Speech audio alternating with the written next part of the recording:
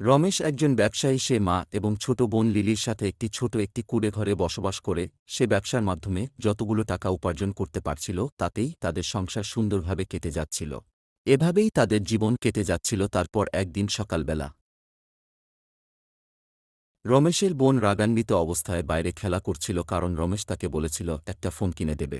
রমেশের বোন তার মাকে এই কথা বলার পর তার মায়ের সাথে তার কিছুটা কথা কাটাকাটি হয়। এই কারণে রমেশের বোন লিলি আপসেট হয়ে রয়েছে। হঠাৎ করে রমেশ বাড়িতে চলে আসে এবং সে তার বোনকে কাঁদতে দেখে জিজ্ঞাসা করে, তুমি কাঁদছ কেন? রমেশের বোন উত্তর দেয়, তুমি না বলেছিলে আমাকে একটা ফোন কিনে দেবে? রমেশ বলে, হ্যাঁ, তো তোকে একটা ফোন কিনে দেব। এই কথা শুনে রমেশের মা অনেক রাগান্বিত হয়ে রমেশের সাথে অনেকক্ষণ ঝগড়া করে।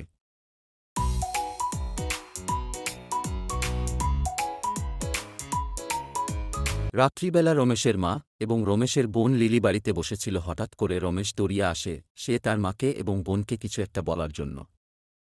রমেশের বোন রমেশকে দৌড়িয়ে আসতে দেখে মনে করে সে তার জন্য একটা ফোন নিয়ে এসেছে। সে তাই তার ভাইকে জিজ্ঞাসা করে, তুমি কি আমার জন্য সেই ফোনটা এনেছ? রমেশ কাঁদতে কাঁদতে উত্তর দেয়, না, আমি ফোনটা আনতে পারিনি। কারণ সে বলে, আমি আমার ব্যবসায় সব হারিয়েছি, লস হয়ে গেছে, ক্ষতি হয়ে গেছে।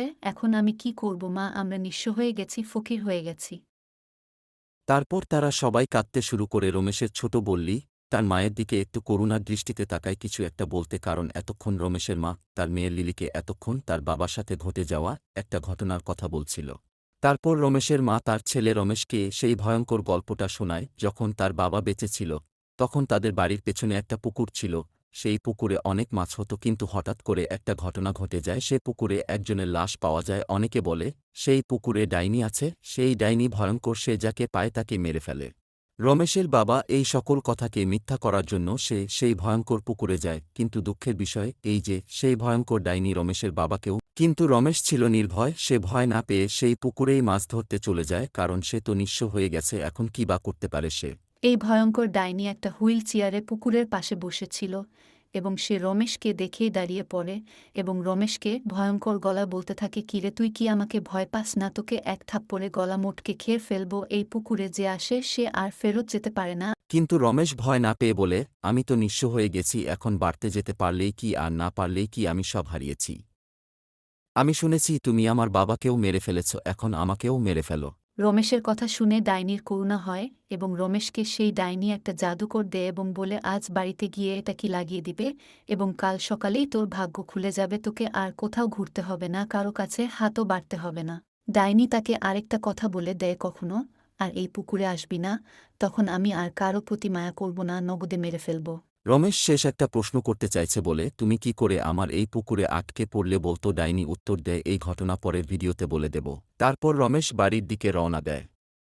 বাড়িতে রমেশের মা খুব কান্নাকাটি করছিল। সে মনে করছিল সে যদি এই গল্পটা না বলতো তাহলে তার ছেলে আর সেই ভয়ঙ্কর পুকুরে যেত না এবং মারাও পড়ত না। হঠাৎ করে রমেশ সেখানে চলে আসে এবং তার মা চমকে ওঠে। তারপর রমেশ সেই গল্পটা তাদেরকে বলে দেয়। রমেশ বলে ডাইনি তাকে এক জাদুক গাছ দিয়েছে এবং এই গাছটাকে এখন পুঁতে ফেলতে হবে এবং কাল সকালে নাকি এটা আমাদের ভাগ্য খুলে দেবে, অনেক কিছুই কালকে দেখতে পাবো। এই বলে রামের চারদিকে একটু দেখাতে কি করে একটা ভালো জায়গা বেছে নেয়। তারপর সেই জাদু Next গাছটিকে রেখে morning. দেয়।